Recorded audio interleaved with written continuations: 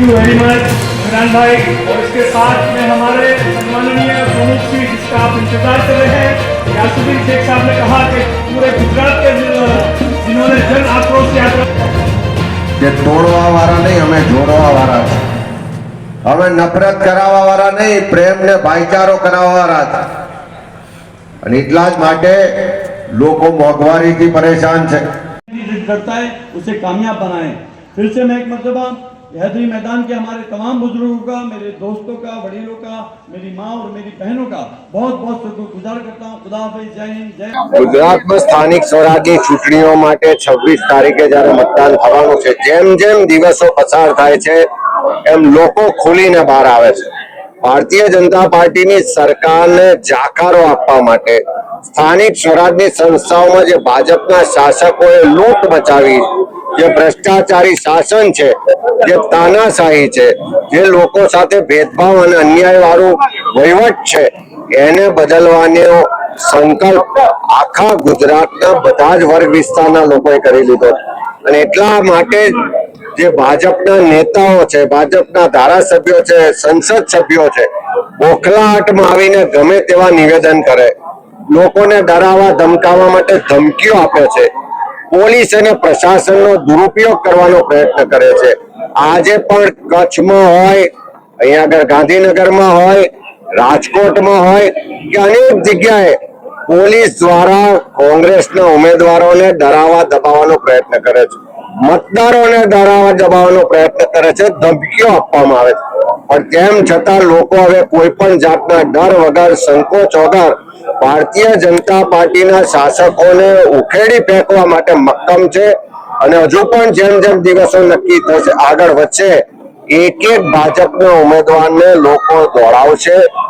કોઈ પણ વિસ્તારમાં પ્રવેશ બંધી કરવામાં આવશે અને જોડે જોડે 27-26 તારીખે વધારેમાં વધારે મતદાન કરીને 28 તારીખે જ્યારે રિઝલ્ટ આવશે ત્યારે આખા ગુજરાતમાં કોંગ્રેસનો તિરંગો લહેરાવાનો છે। આ વખતે પરિવર્તનનો શંખનાદ થઈ ચૂક્યો છે। પરિવર્તનની શરૂઆત પણ આ સ્થાનિક સ્વરાજની ચૂંટણીઓથી થશે, જે 27માં ગુજરાતમાં સરકાર પણ બદલીને બતાવશે। મહિલા પ્રમુખ સોનલબેન પટેલ આજ ભારતીય જનતા પાર્ટી દ્વારા એવી ટ્વીટ કરવામાં આવી છે કે તેમણે પૈસાની માંગણી કરી છે, એવો કોઈ આક્ષેપ છે? ભારતીય જનતા પાર્ટી પાસે પોતાના કામથી, પોતાના શાસનના નામે મત માગી શકાય એમ છે નહીં। એટલે ક્યાંક ધમકીઓ આપે છે, ક્યાંક કોંગ્રેસ કરે છે। જેમ દેશના વડાપ્રધાન પદ પર બિરાજમાન નરેન્દ્રભાઈ મોદીએ પણ સંસદમાં ખોટી રીતે મહિલા આરક્ષણના નામે રાજનીતિ કરી, મહિલા આરક્ષણ માટે નહીં પણ બંગાળ ને તામિલનાડુના ચૂંટણીઓમાં રાજકીય ફાયદા માટે આખા દેશને ગુમરાહ કર્યો।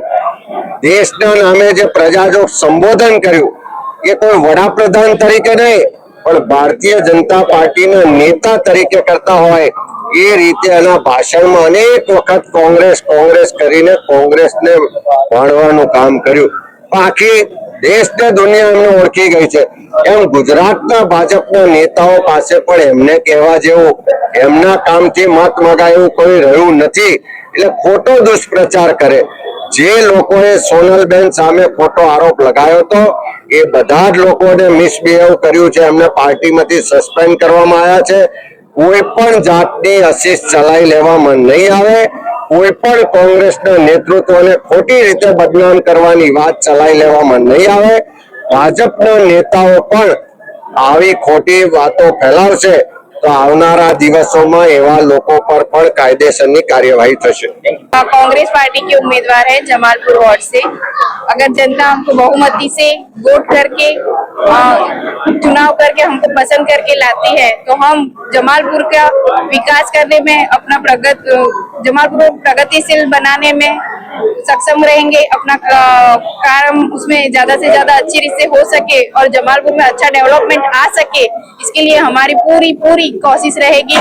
और दूसरा कि हम जो भी एजुकेशनल प्रॉब्लम्स है, जो स्कूल बंद हो चुकी है, स्मार्ट स्कूल आगे बढ़ानी है, उस पर फोकस करेंगे। आरोग्य लक्ष्य, जैसे कि मैं डॉक्टर हूँ, उसमें जो भी बन पड़ता है और जो भी योजनाएं चलती है वो सारी योजनाओं का अमल जमालपुर में अच्छे से अच्छे हो सके और सारी जनता को उसका लाभ मिल सके, ऐसी हमारी पूरी कोशिश रहेगी। आप लोगों के बीच में क्या मुद्दे लेकर जा रहे हो और लोगों का कैसा रिस्पॉन्स मिल रहा है? तो लोगों के बीच में अभी फिलहाल तो हम लोग डोर टू डोर विजिट कर रहे हैं और बस सबसे वोट अपील कर रहे हैं और बस यही बोलना चाहूंगी लोगों को कि हम हर तरीके से डेवलपमेंट लाने की कोशिश करेंगे और ये जो हमारा इलेक्शन है ये सिर्फ बेसिक फैसिलिटीज देना नहीं है, बल्कि जो चीजें जो डेवलपमेंट हम आगे नहीं कर पा रहे हैं उसके लिए भी हमारी पूरी कोशिश रहेगी। जैसे हमारी डॉक्टर नाज़नीन वसीम ठाकुर ने बोला कि जो हमारी म्यूनसिपैलिटी स्कूल 33 स्कूल्स जो हमारी रीओपन करनी है हम उस पर ध्यान देंगे। हमारी जो वुमेन है, जो लोग बेरोजगार हैं हमारे बीच में, जिनके पास रोजी रोटी नहीं है, उनके लिए कोई चीज कर सके हम, जैसे कि उनके लिए कोई सेंटर खोल सके, डेवलपमेंट सेंटर, टेलरिंग है, जो सिलाई कढ़ाई, जो चीज उनके अंदर आर्ट है हम उसको बढ़ावा दे सके। हम पूरी वो कोशिश करेंगे कि ऐसी कोई डेवलपमेंट वाली चीज हम लेकर आए।